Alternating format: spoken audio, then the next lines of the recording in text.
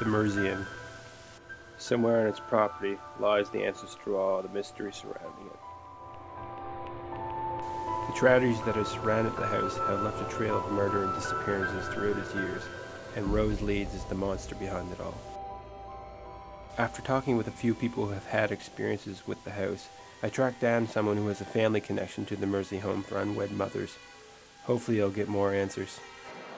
I'm a bartender here, small community. I was born after the Mersey Home, but I do have a family connection to it.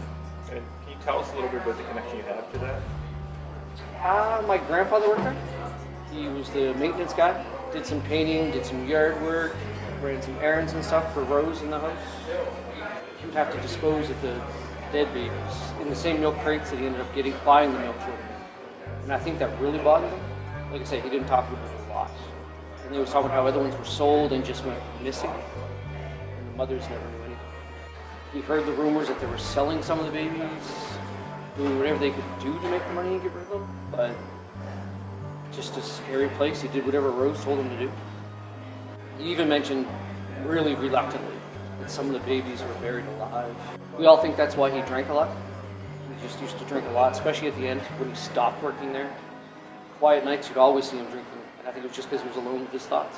Just miles and miles of woods. So he said Rose would always tell him to go further back in the woods, go dark in the woods so no one can see it. She wanted to make sure that no one would know what he was doing, where they were going.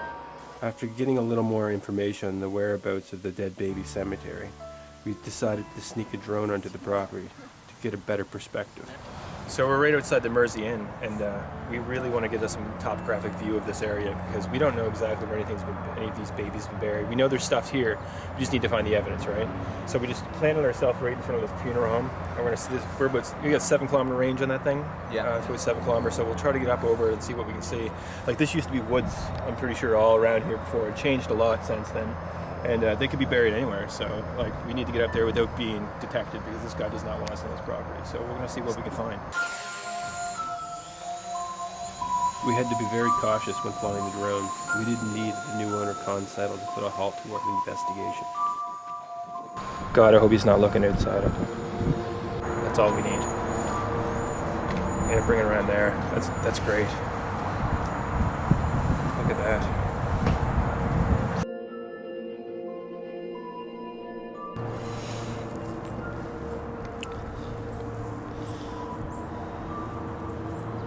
See if you can bring it down right there. Yeah, right there.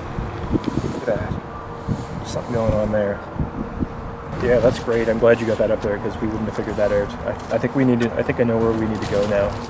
So Victor and I snuck into the property here, and we're trying to get into this fenced area. We noticed it on the drone footage, and we don't know what's in that area. And then you never know what this metal's doing. You might be able to find something in the ground. I know that those little caskets had hinges.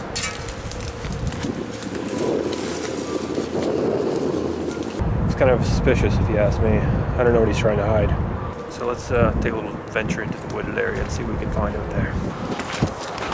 It's obviously not dark enough to be hidden, but I'm hoping that he's in there eating or paying attention to something else, and I don't want to hear him at all yelling at me. And I would love to get this investigation a little further into the night. As we get closer to the edge of the property, I could feel more tension in the air. So it's definitely getting colder here now that we're towards the edge of the woods. It's nothing to do with the sunset. It dropped substantially in the last minute or so.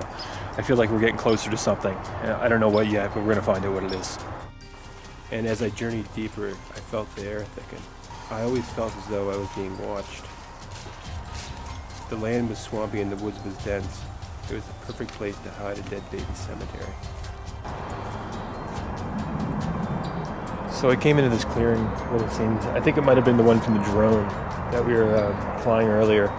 But as you get into this wooded area, you definitely get a very, very distinct feeling of, I don't know, despair, I guess you could say. So I'm going to start doing a little bit of investigating. I happen to bring my device with me here, so if I could catch any signals of anything around here. Hopefully it would help me in finding what lies hidden in the forest. Yeah, I'm getting a good signal coming this way, so I feel whatever's happening has been down this path here. So I'm just going to take a little journey down there and see if I can get a better signal, maybe get closer to what we're trying to find.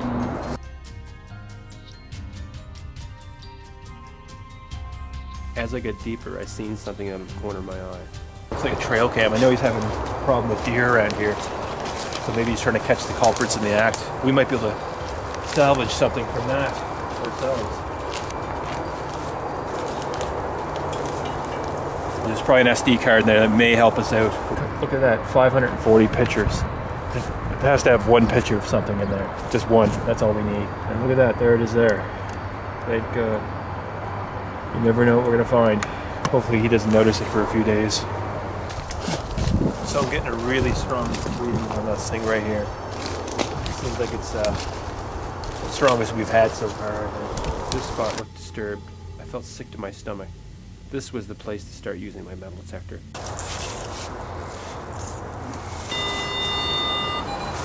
All of a sudden I get a solid beat.